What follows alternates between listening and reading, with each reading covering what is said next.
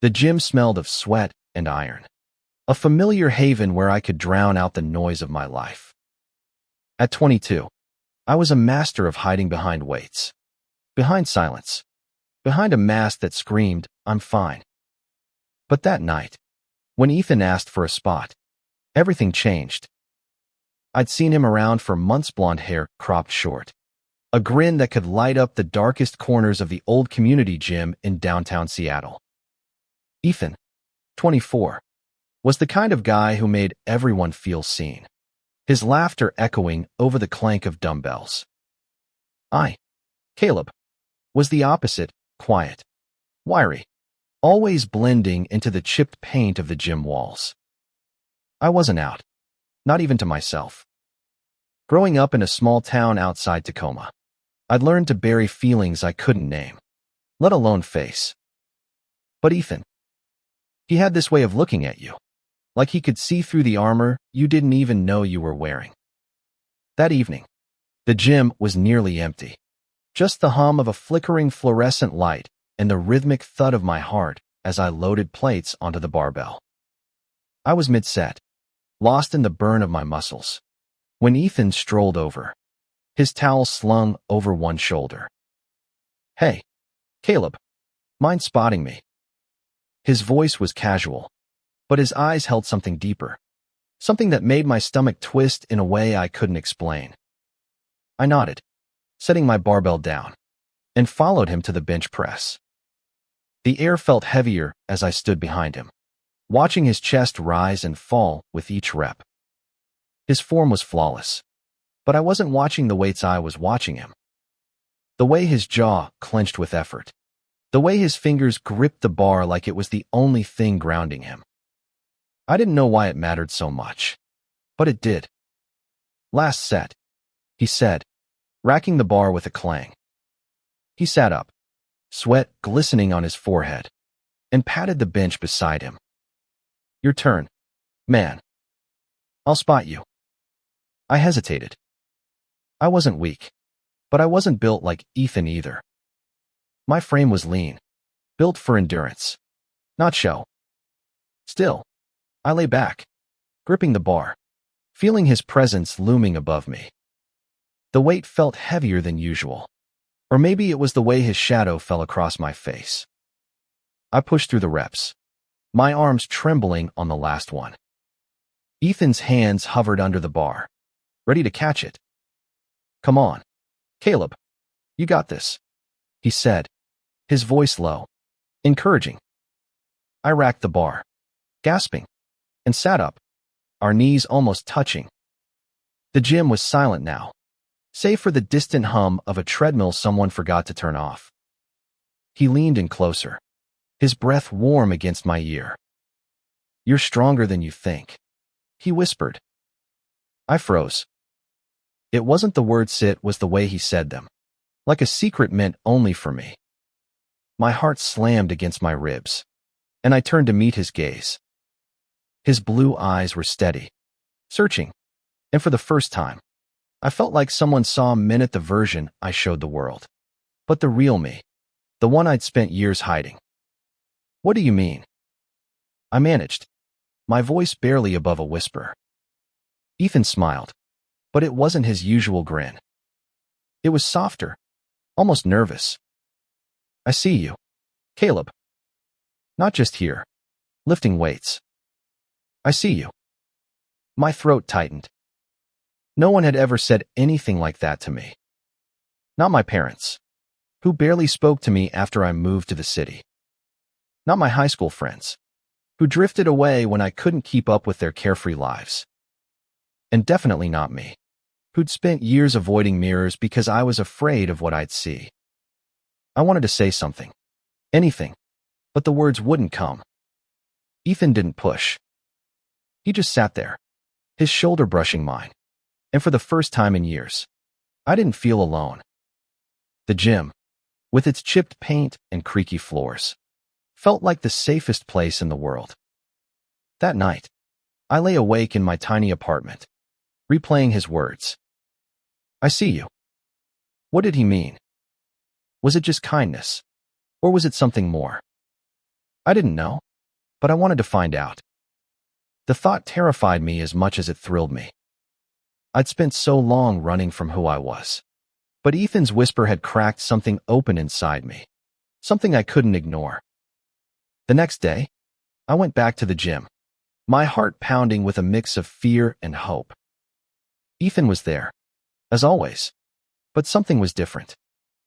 He wasn't just the guy who lit up the room, anymore was the guy who'd seen me, really seen me, and I wasn't sure I could go back to hiding. As I approached him, he looked up from his dumbbells and grinned. "Ready for another spot?" he asked, but his eyes said something else entirely. I nodded, not trusting my voice.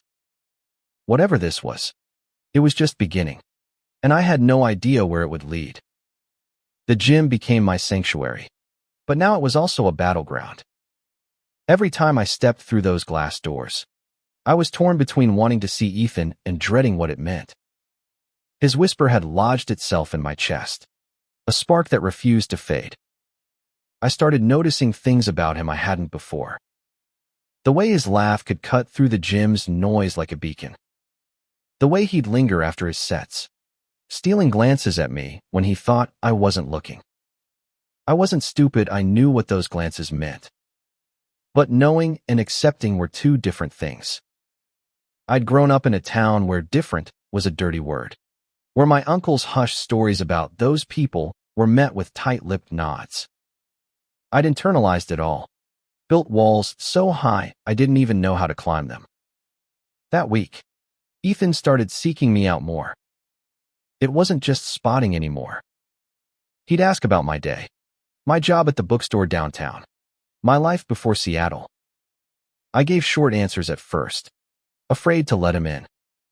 But Ethan had a way of disarming you. One night, as we cooled down on the stretching mats, he asked, "What's your story, Caleb? You don't talk much about yourself." I shrugged, picking at a frayed seam on my shorts. Not much to tell.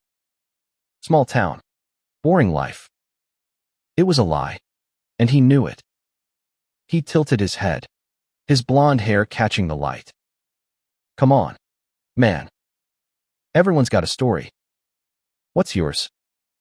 His voice was gentle, but there was a challenge in it, like he was daring me to be honest. I took a deep breath, the words spilling out before I could stop them. I left home because it didn't feel like home anymore. My parents, they're good people, but they don't get me. I don't even get me half the time. I stopped, my face burning. I'd never said that out loud before. Ethan didn't flinch. He just nodded, like he understood more than I'd said.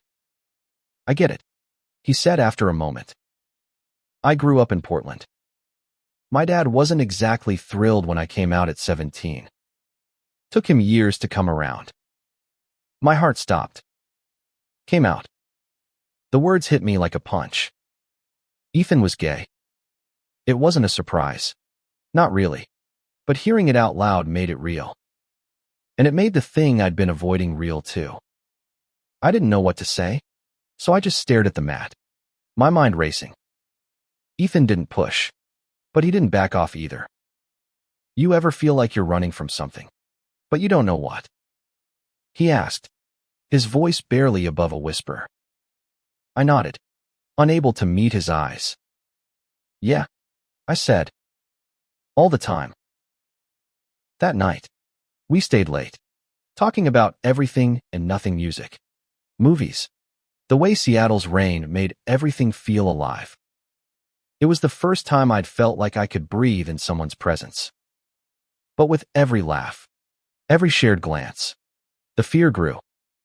What was this? Friendship. Something more. And if it was more, was I ready to face it?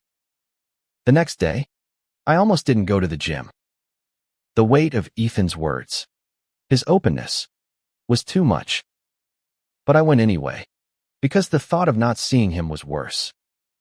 He was there, as always, but something was off. He was quieter, his grin less bright. "You okay?"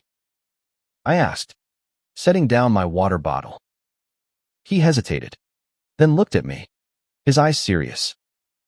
I got a call from my ex today. He's in town. Wants to meet up. My stomach dropped. Ex. Of course, Ethan had a past. He was confident, charismatic, why wouldn't he? But the thought of someone else in his life, someone who knew him in ways I didn't, twisted something inside me. What's he like? I asked, trying to sound casual. Ethan's jaw tightened. Complicated. We didn't end well. But he was my first love. You know. That stuff sticks with you. I nodded, but I didn't know. I'd never let myself love anyone. Not like that. The conversation left me unsettled, like I was standing on the edge of something I couldn't see. That night, as I walked home through Seattle's drizzle, I realized I was jealous. Not just of Ethan's ex, but of his courage. He'd faced who he was, owned it, even when it hurt. I wasn't there yet, but I wanted to be. Jealousy was a new feeling for me, sharp and unfamiliar.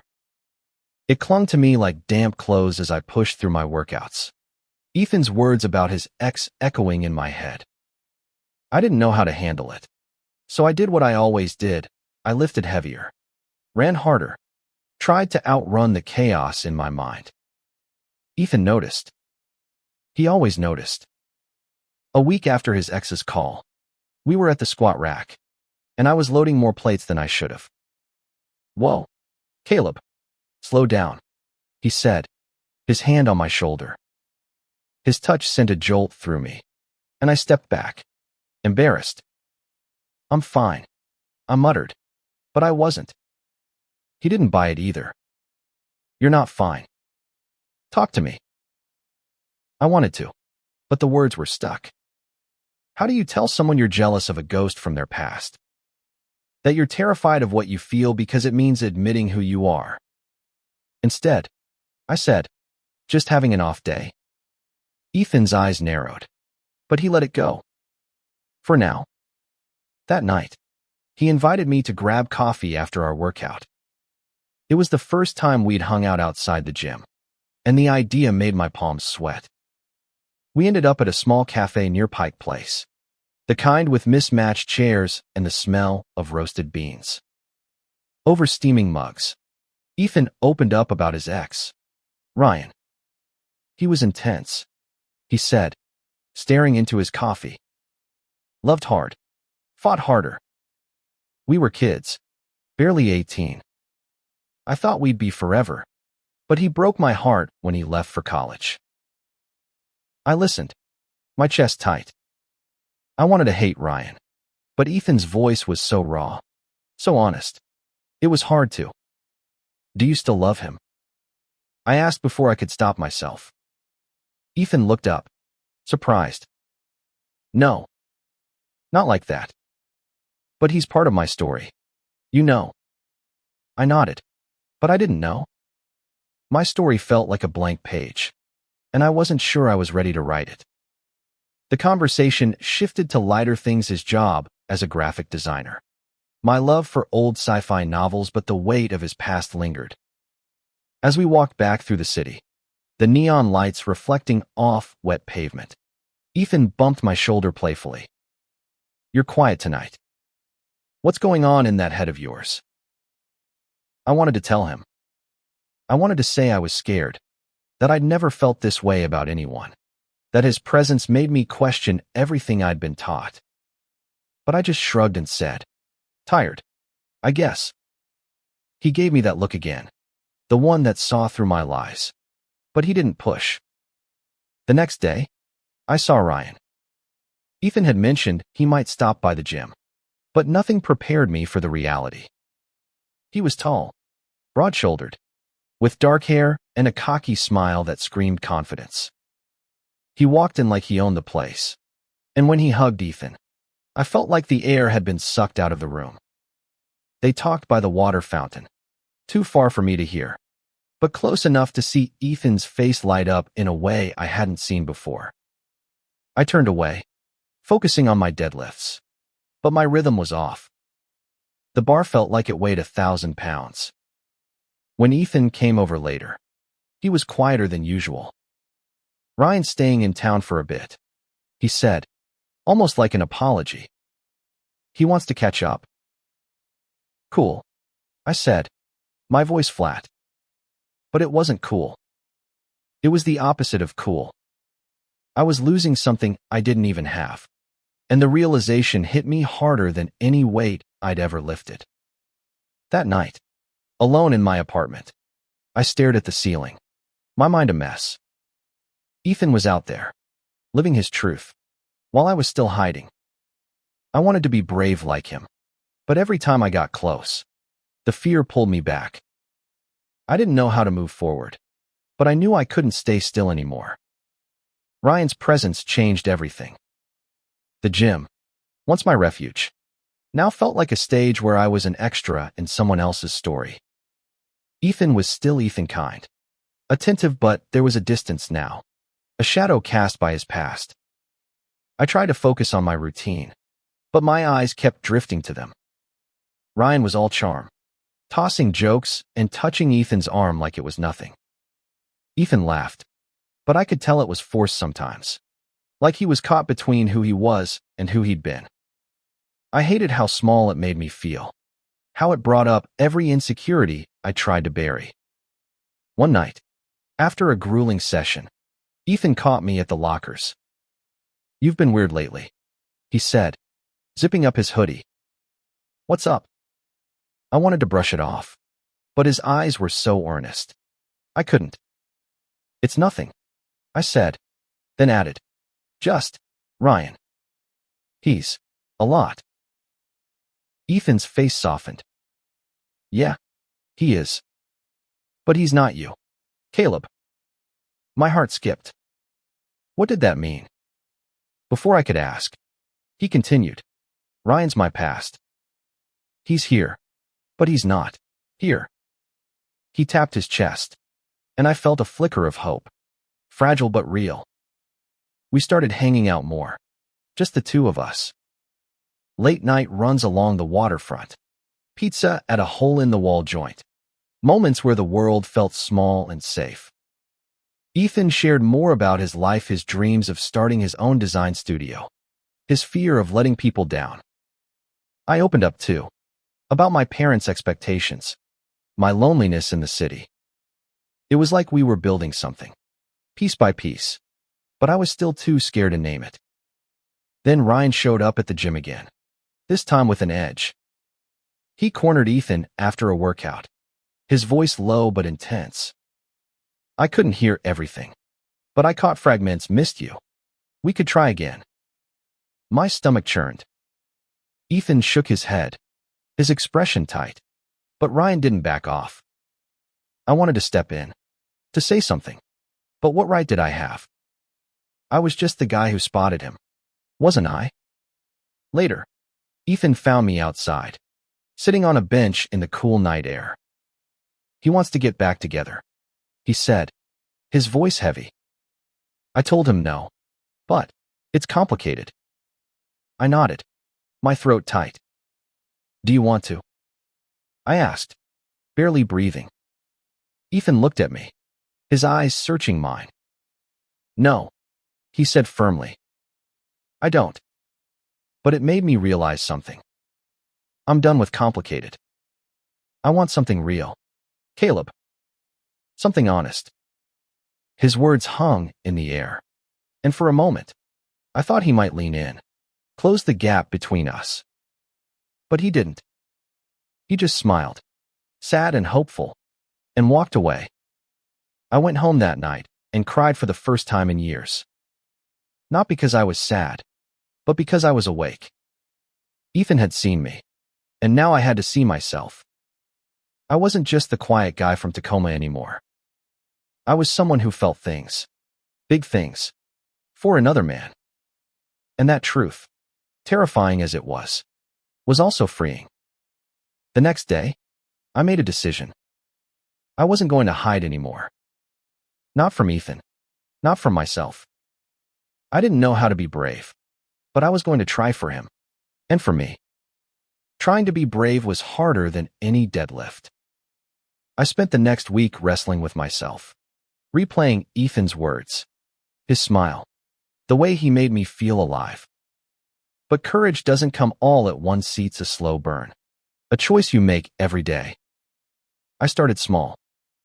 I told Ethan more about my past, about the church services I'd sat through as a kid, where love was a word with conditions.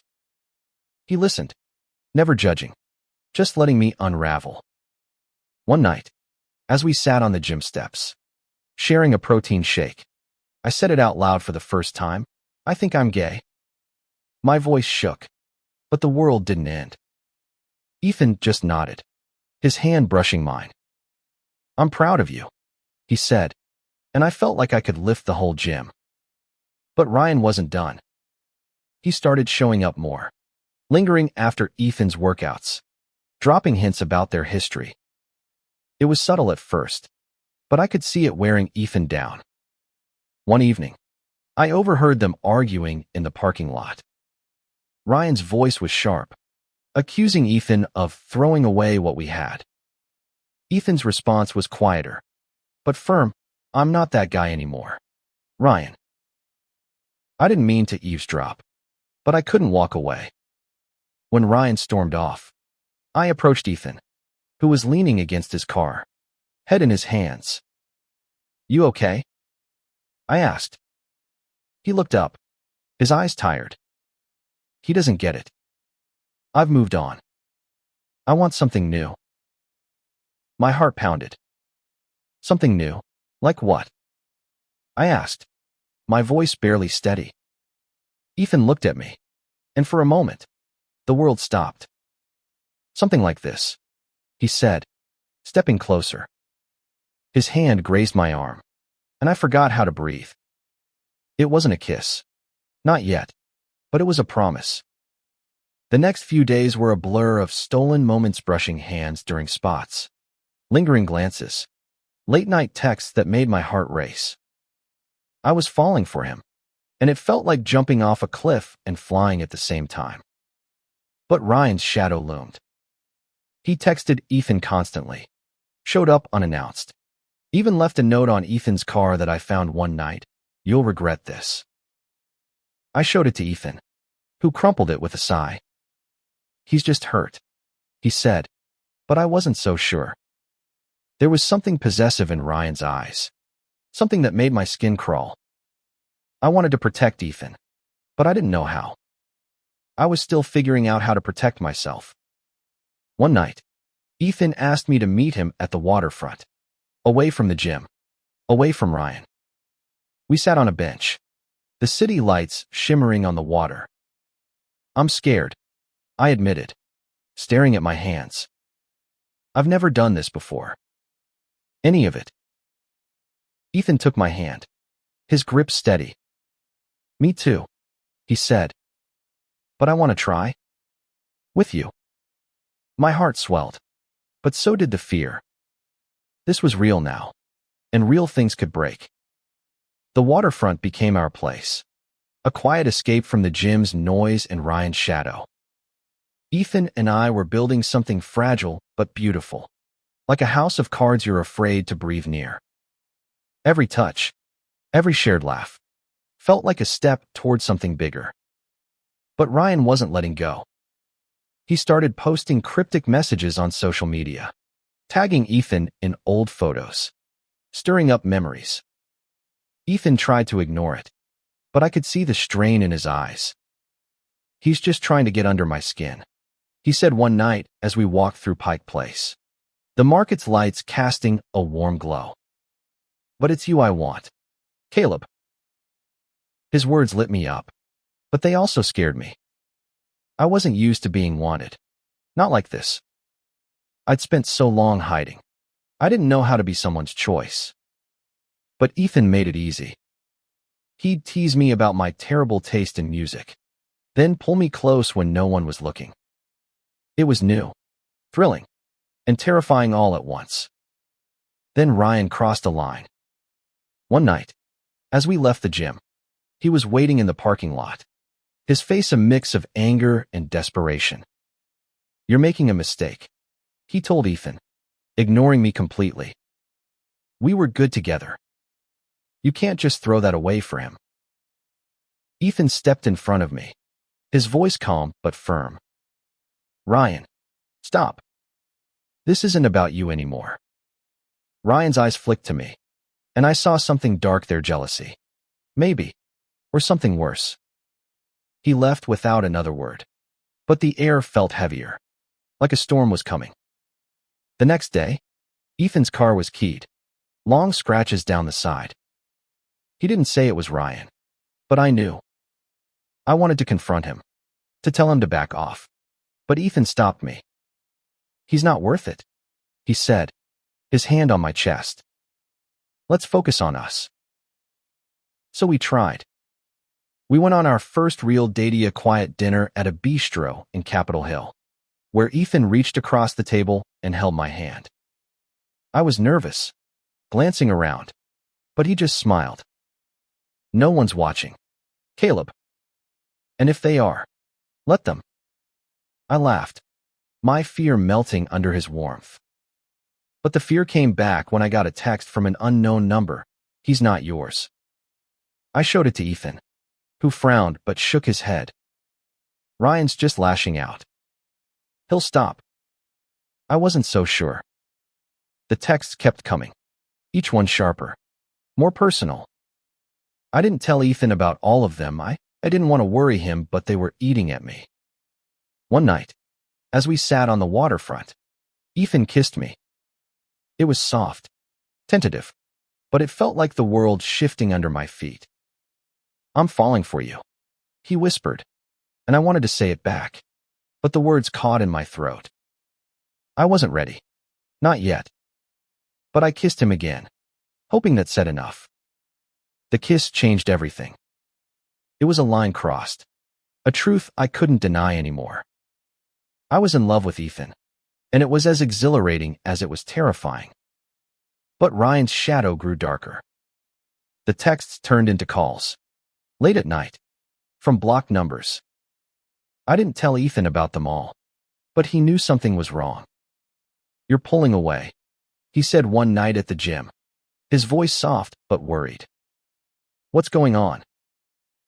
I wanted to tell him, but I was scared. Scared of Ryan. Scared of losing Ethan. Scared of what it meant to love someone so openly. Instead, I said, just stressed. Work stuff. It was a weak lie, and he knew it, but he let it slide. Then things escalated. One night, I found a note slipped under my apartment door. Back off, or you'll regret it. My hands shook as I read it. This wasn't just jealousy, Anna Maria, it was a threat. I called Ethan, my voice trembling, and he was at my place in 20 minutes. When he saw the note, his face hardened. This ends now, he said. We went to the gym the next day, and Ethan confronted Ryan in the parking lot. It was tense, voices raised, but Ethan stood his ground. You don't get to do this, he said. You don't get to scare him. We're done, Ryan. For good. Ryan's face twisted, but he didn't argue. He just walked away, and I hoped that was the end of it. It wasn't. The next night, my car was vandalized, tires slashed, windows cracked. I didn't have proof it was Ryan, but I knew. Ethan was furious, insisting we go to the police, but I hesitated. I didn't want to make it worse. He'll stop, I said, echoing Ethan's earlier words. But I wasn't sure I believed it. Despite the fear, Ethan and I grew closer. We spent every moment we could together, building a world where Ryan didn't exist. We talked about the future as design studio, my dream of writing a novel. It felt like we were creating something unbreakable, but I couldn't shake the feeling that it was fragile. One night, Ethan showed up at my apartment with a small gift, a keychain with a tiny barbell, a nod to where it all started. I want you to know I'm all in, he said, his eyes bright with emotion. I kissed him, hard, and for the first time, I said it. I love you. The words felt like freedom. But freedom comes with a cost. The next morning, I woke up to a text from Ryan. You'll both pay. My heart sank. This wasn't over. Ryan's threat hung over us like a storm cloud. But Ethan and I refused to let it break us. We went to the police, filed a report, and got a restraining order. It wasn't enough to erase the fear, but it was a start. I was done hiding not just from Ryan, but from myself. We kept going to the gym, reclaiming it as our space. Ethan's grin was back, brighter than ever, and I was learning to match it. We'd spot each other, laugh, steal kisses when no one was looking. It wasn't perfect, but it was ours. One night, as we left the gym, Ryan was there, standing across the street, just outside the restraining order's limit. He didn't approach, didn't speak, just watched. Ethan squeezed my hand, his voice steady. He can't touch us. Caleb. Not anymore. I nodded, but my heart was racing. I wanted to believe him. The next week, Ryan disappeared. No texts, no calls, no cryptic notes. It was like he'd vanished, but I wasn't naive enough to think he was gone for good. Still, we took the quiet as a victory. We celebrated with a weekend trip to the coast, just the two of us, walking along the beach, the waves drowning out the world. Ethan told me about his dreams, his fears, and I told him mine. For the first time, I felt like I was living my truth, not just surviving it. Back in Seattle, life settled into a new rhythm. I came out to my coworkers, then my parents. It wasn't easy, Mom cried. My dad was silent, but they didn't disown me. It was a start. Ethan was there through it all, my anchor, my home. One evening, as we sat on our bench at the waterfront, Ethan pulled me close. You changed my life, he said, his voice thick with emotion. I was lost before you, Caleb. I laughed, tears in my eyes. You're the one who whispered something that changed my life. We kissed, the city lights sparkling around us, and I knew this was a life I'd been too scared to dream of. Ryan was a shadow, but shadows fade in the light. And Ethan was my light. Years later, we'd tell our story to friends, to kids at the community center where we volunteered, helping others find their courage. The gym was still there, chipped paint and all, a reminder of where it started. A spot, a whisper, a love that changed everything. We weren't perfect, but we were real. And that was enough.